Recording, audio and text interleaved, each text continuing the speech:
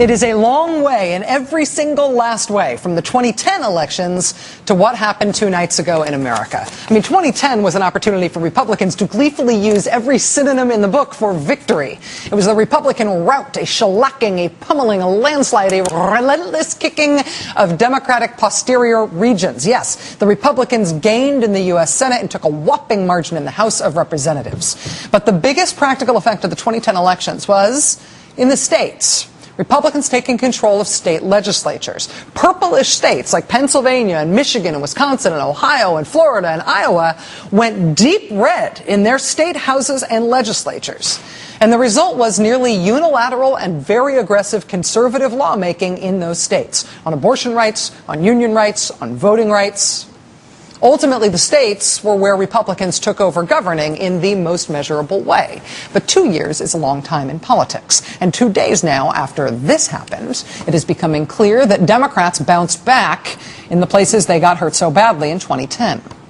So, for example, in addition to electing an entirely female U.S. congressional delegation up in New Hampshire voters flipped the New Hampshire House from Republican control to Democratic control.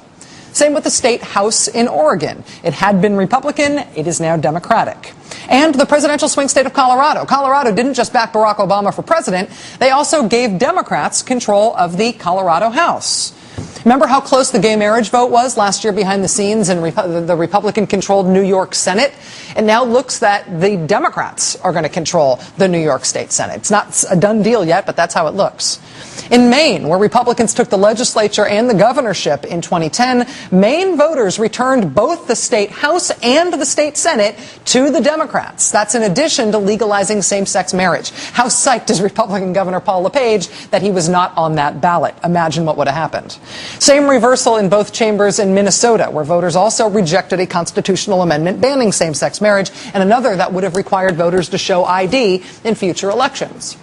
Voters in Florida not only likely to award that state's 29 electoral votes to re-elect President Obama, they also put an end to the Republican Party's supermajority in the state legislature. The Republicans still do have control of the House in Florida, but they are no longer impervious to Democratic opposition. Their margin got cut way down. Same goes for the Senate and the House in Arizona, which you will remember gave us the Papers, Please law. They got their margin cut deeply. And no more supermajority for the state house in Texas either. In Texas, Democrats gained their own supermajorities in both chambers in California and in Illinois. In the state of North Carolina, which voted for Mitt Romney Tuesday after voting for Barack Obama in the last election, in the state of North Carolina, they gained a Republican supermajority in the House and they kept one in the Senate. The House and Senate also with supermajorities in Tennessee. And in Georgia, Republicans have a supermajority in the House, and they appear one eager independent away from having one in the Senate.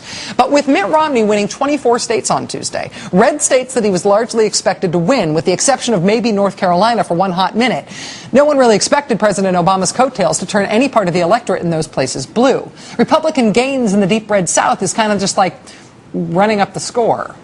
And what we have witnessed this week down ballot, all the way down the ballot, has less to do with coattails than with parkas, with big downy parkas with hoods. Tens of thousands of them worn day after day against the bitter cold that defines February and March in Madison, Wisconsin, or Columbus, Ohio, or the relatively balmier sidewalks outside the Virginia state capitol in Richmond. Voters recognize they are not just electing somebody with good penmanship, who photographs well, who comes across well in 10-second sound bites. Voters are looking for leadership, for good governance at all levels of government. And when they find good governance lacking, they vote in changes. Voters are not stupid, no matter how dumb lowest common denominator political advertising may dismiss our intelligence. Elections have consequences, and those consequences go both ways.